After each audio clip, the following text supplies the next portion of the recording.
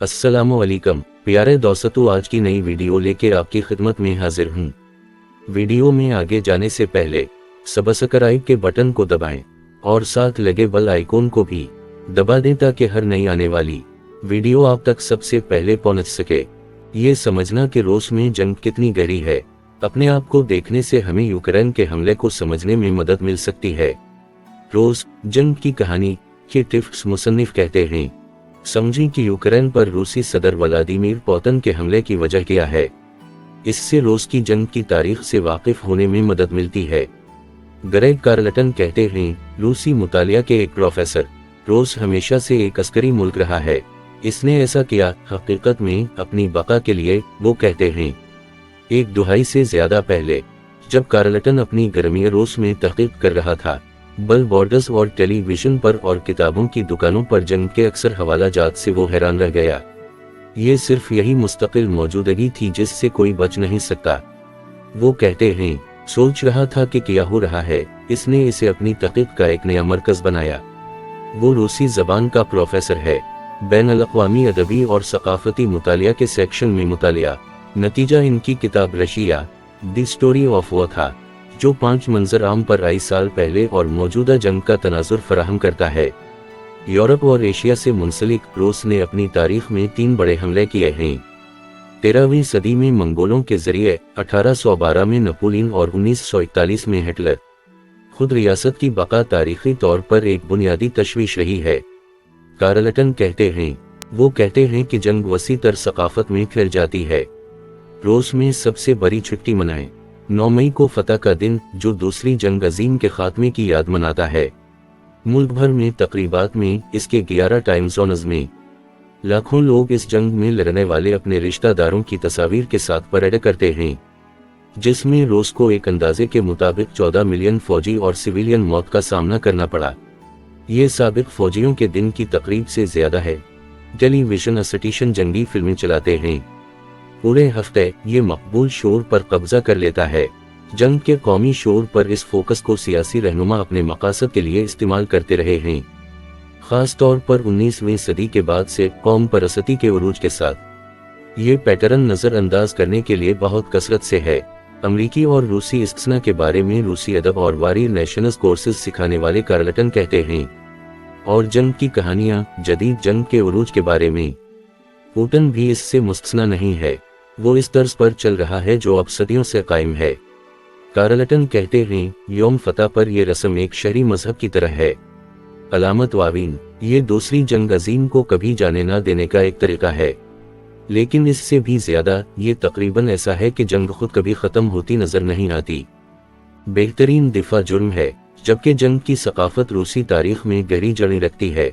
Carlton का कहना है कि ये एक बहुत ही चेरी चुनने वाली तारीख है। अगरचे रूसी तारीख के बयान में जंगों को दिफाई तौर पर कासट किया जाता है, वो यकीनी तौर पर दिफाई वजूहात की बिना पर नहीं लड़े गए हैं।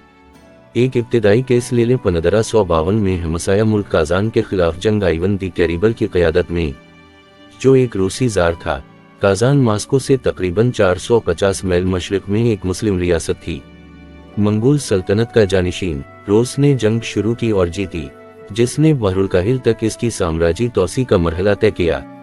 ये रूस की दिफाई तौसी पसंदी की पहली मिसाल थी। कार्लटन कहते हैं, सोच इस तरह है, हमें एक दुश्मन पड़ोसी मिल गया है, या एक मुमकिना तौर पर दुश्मन पड़ोसी।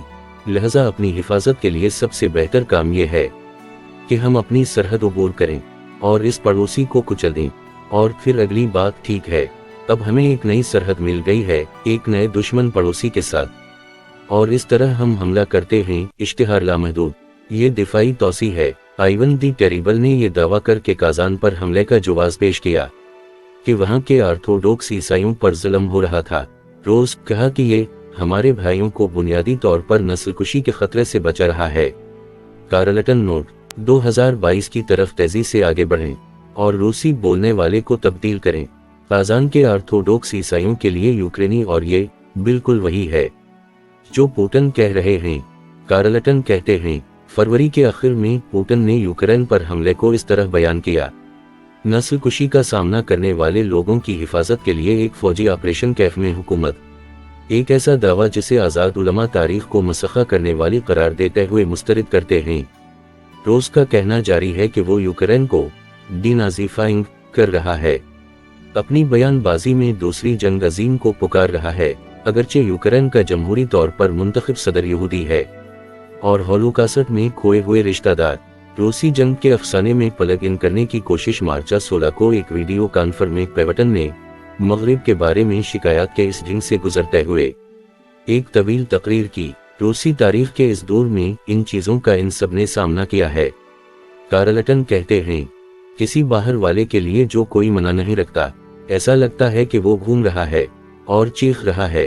रूस में घरेलू सामीन के लिए पौतन शायद इंतहाई जज्बाती हो सकते हैं, लेकिन ये कोई तनज़ नहीं है। वो कहते हैं, ये सब समझ में आता है और अगर आप इसे रूसी जंगी अफसाने के फ्रेमवर्क में डालते हैं तो ये एक साथ आता है। वो मुंतखब कहानियां जो कौम अपने बारे में बताती है। कार्लटन कहते हैं कि ये सियाक़ो सबाक रूस में किया हो रहा है, इसे समझने में मदद कर सकता है। हम इसे सिर्फ मुज़हक़ाखेज़ या लाजवाब चीज़ के तौर पर मुस्तरद नहीं कर सकते हैं। इसकी जड़ें रूसी तारीख में गहरी हैं। ये एक बहुत ही चरी चुनने वाली तारीख है। अलबत्ता यकीनन ये इस तरह है जैसे आपने ले लिया अमरीकी तारीख और मकामी अमरीकियों के खिलाफ गुलामी और नस्लकुशी की पॉलिसियों को नज़रअंदाज कर दिया। ये थी आज की वीडियो, उम्मीद है आपको पसंद आई होगी और अच्छी वीडियोस के लिए चैनल को सब्सक्राइब करें। शुक्रिया।